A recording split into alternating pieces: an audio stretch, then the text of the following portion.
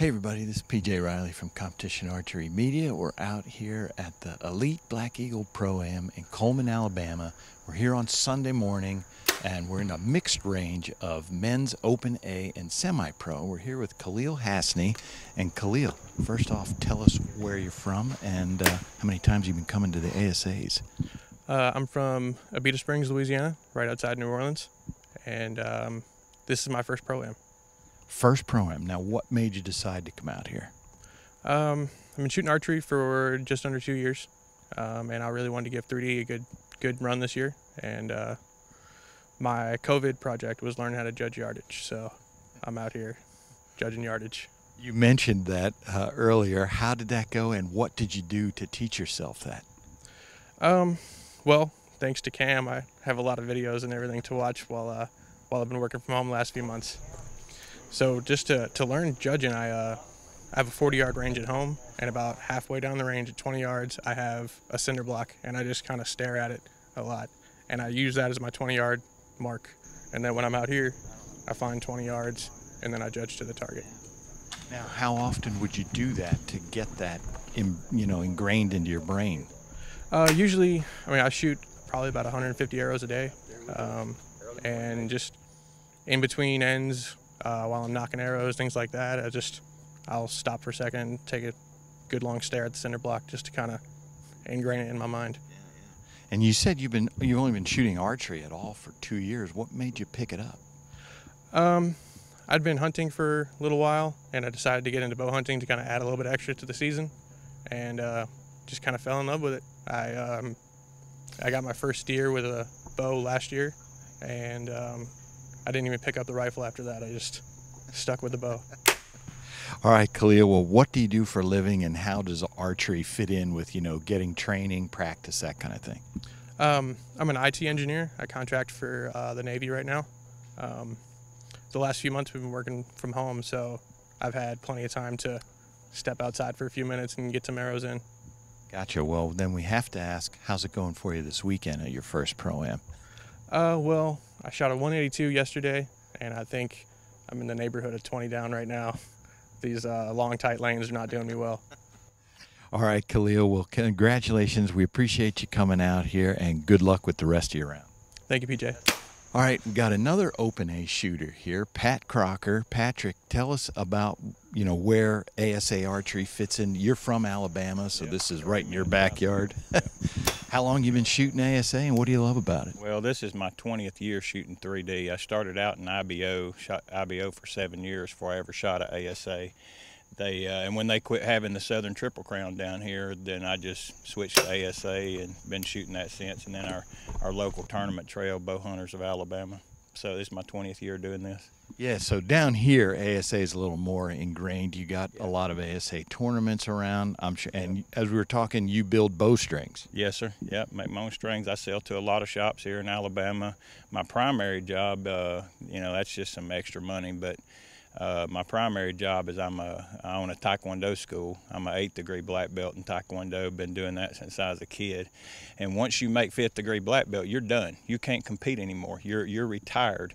And I made 5th degree when I was about 26 years old. So started shooting 3D. Had to have something to do to stay competitive. And this was very, very humbling for me in the beginning because in Taekwondo, I won 15 consecutive tournaments as a 3rd degree. I was undefeated as a 3rd degree. I finished my career in Taekwondo ranked #1 in the country for 7 straight years. So I was the Levi Morgan of the Taekwondo world back in the day. But Taekwondo, I was just physically better. I'm 46 and I can still do the splits. So, I could stand this close to you and kick you in the head. But archery, Taekwondo was 90% physical, 10% mental. So you can out-physical somebody, where archery is the other way around. It's 90% mental and 10% physical. So, this was very humbling for me to get into this and, have to slow down. I couldn't kick this dude in the head and beat him. I had to shoot a bow to beat him. Well, first off, let me rephrase myself. I'm going to refer to you as Mr. Crocker from now on. So Open A, that's like on the stepping stones to the pros. Is that your plan, or what is your plan? No, I'm going to shoot here until I turn 50, and then I'm going to shoot senior men's. I got 3 more years to go. Well, perfect. Well, I I've always shot unknown, so I mean, started out with IBO and never shot a known distance course. So That's the other thing I wanted to talk about. So, like, we see the known classes growing. Unknowns are the ones that are shrinking, but, Right. I mean, that's a skill in and of itself and a valuable skill. You got to practice that pretty much 360 days a year. I think it's a skill that, you know, everybody's so busy now. Nobody really I mean, people just barely have time to shoot their bow and practice shooting their bow. So to add on another, you know, activity of getting out there and judging yardage. I practice shooting like 3 days a week, but there's not hardly a day goes by that I don't practice judging yardage. But like I said, a lot of people are so busy and that they just don't have the time, and that's why the known is so popular, because all they got to do is practice shooting their bow.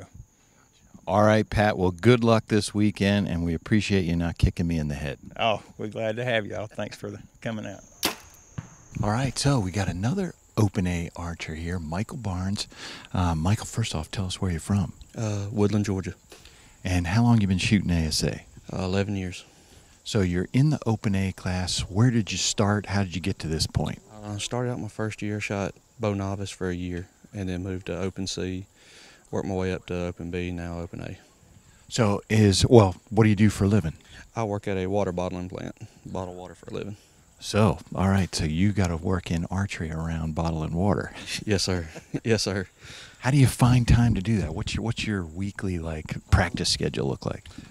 If I get home in time, I've been working second shift a lot here lately and hadn't been able to shoot a whole lot in the evenings. So if I get home, they put me back on first shift, I can. But with deer season coming up, I don't have a whole lot of time. You don't take time away from deer hunting to practice target archery? No, not right now, because I got multiple people relying on me to get properties ready. Gotcha. Well, what is it you like about the ASA tournaments? The camaraderie. I mean, I've met some really good people here, some really good friends, and the competition. I like it. It's a lot of fun. Yeah. So you've been shooting 11 years, and you're in the open class, which means that you're shooting a known distance. Any thoughts of known distance? Where does that fit in? No, sir, not really. I like to judge too much. That's good. We like to hear that, because we always hear people saying, the known's where it's coming, but we like to hear about people keeping that skill sharp. Is it your plan to keep progressing? Yes, no doubt. You'd like to be out there on the big stage one day? No doubt, yes, sir. That's my goal. All right, Michael. Well, actually, I should ask, how's the weekend going for you? Yesterday was a little rough. Just couldn't find the 12. Today's going a lot better. Still need to pick up a couple of these last few targets and maybe move up a little bit. Gotcha. All right, Michael. Well, congratulations. Good luck this weekend. We appreciate your time. Thanks very much.